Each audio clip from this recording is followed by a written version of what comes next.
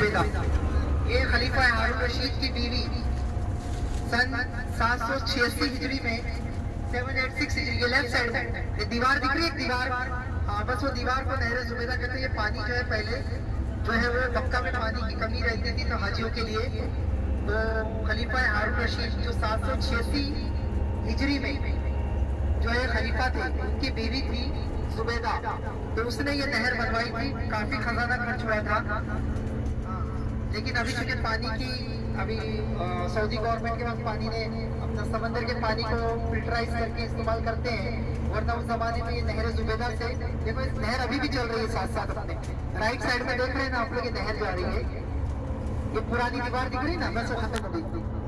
तो वो नहर जुबैदा जिसके ऊपर उन्होंने अपने उसका काफी खजाना लगाकर जो है वो हाजियों के लिए पानी मुहैया किया था।